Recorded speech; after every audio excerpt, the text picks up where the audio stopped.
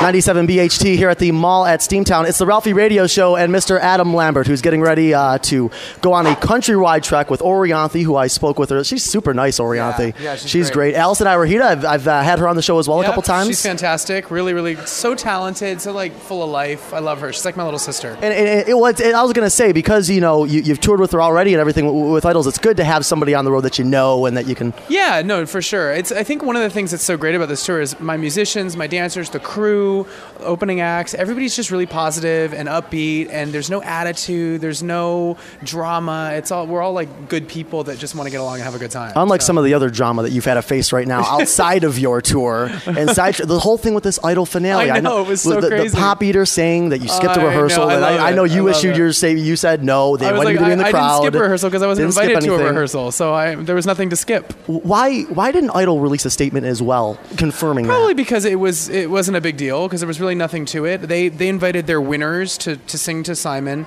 and then I think a last minute decision was made that the people that were in the audience that were past contestants would join. Oh. So it was kind of like this last minute thing. That's why I wasn't there, because I didn't know that they were going to go up, and no one told me. So you don't feel slighted at all? No, not at all. Not at all. It wasn't a slight at all. I think it was just like a last minute decision, and I was really busy rehearsing for my tour, and so my schedule kind of conflicted, and then there was, I think my team was trying to make sure everybody knew everything, and they were like, oh, he got sick too, so that's why. And I was sick, but it had nothing to do with me not being there. I mean, you're one of the more prominent Idol alums. There's not too many Idol alums that have gone. Well, I mean, seriously, have gone from Idol to this, straight to this, right crazy. after. Yeah. I mean, absolutely insane. I got to interview you right after that too last year, so wild. it was a fun time. I have so many people asking me, Adam, why are you kicking off your tour in Wilkes-Barre, PA?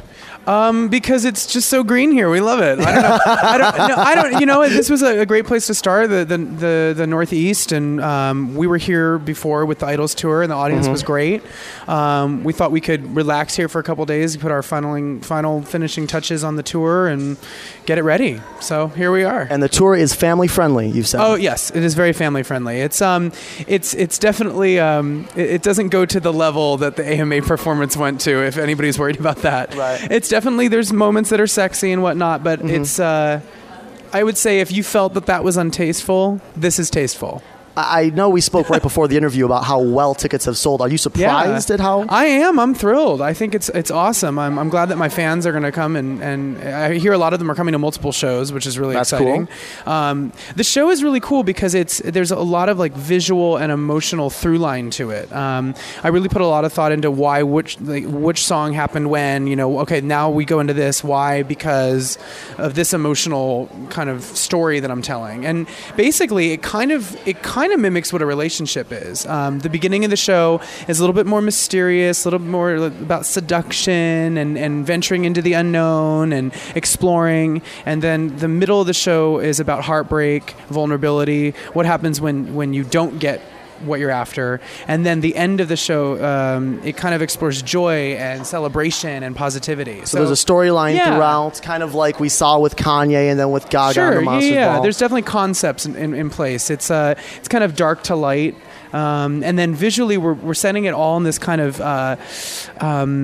turn of the century meets modern rock and roll New Orleans kind of energy. Okay. I'm interested about this because you're doing some theaters. So you got to get super creative if you want to really put on a show, per se. I mean, my background is in musical theater before I started in music, so I think it's really important for me to tell a story and have costumes and the visual presentation be really, really top-notch. Do you think the AMA incident served as a rallying cry for your fan base and maybe helped you in a way that you couldn't have thunk before? I think it's always fun to read into stuff like that on a deeper level, but I think really in actuality the AMA performance was me experimenting with a certain style, a certain energy. The song is about sexuality, and so I was like, well, let's make this about sexuality. And I learned a lot from it. I stand by the performance. I thought it was pretty solid.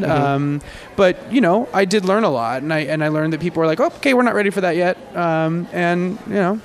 I moved Publicity forward. never hurts, though. You know Yeah, that. I mean, hey, why not? Yeah, but it was just me just being sexy, you know, doing what my favorite pop stars have always done, and then I got heat for it. So I was like, okay, I'm learning what my fan base wants, and I'm learning what my limitations are, and how Especially far when you're I out can in the push. general public and on national Yeah, TV, too. yeah. It's not always necessarily your fan base Right. who may expect and want that from you. Right, exactly. And I think, too, you know, coming off of a show like Idol, that was like my first television performance, so I think maybe it caught people off guard, you know. But I think, you know what, that was almost a year ago. I think it's like, we're moving forward. You know, that was one performance, one song, and now we're on to the next. Exactly. Yeah. And speaking of next songs, the next single from For Your Entertainment is If I Had You. Talk about this song a little bit. And If I Had You is an awesome song. I think it really it really reflects where I'm at personally at the moment, which all my singles have done.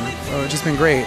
For Your Entertainment was about sexuality, and then What Do You Want From Me was kind of the answer, the vulnerability, the question. I'm doing the best I can. Thank you for believing in me. I'm a little scared. And then this song, If I Had You, is all about positivity and connection. It basically says that you can have fame, fortune, and all the lifestyle that goes along with it. But if you're not really connected and there's no love in your life, it means nothing. Adam Lambert, Ralphie Radio Show. Hey, buddy, good luck with the tour. Thank all right? you. I appreciate And thank you it. for making some time. I appreciate it. Yeah, my pleasure.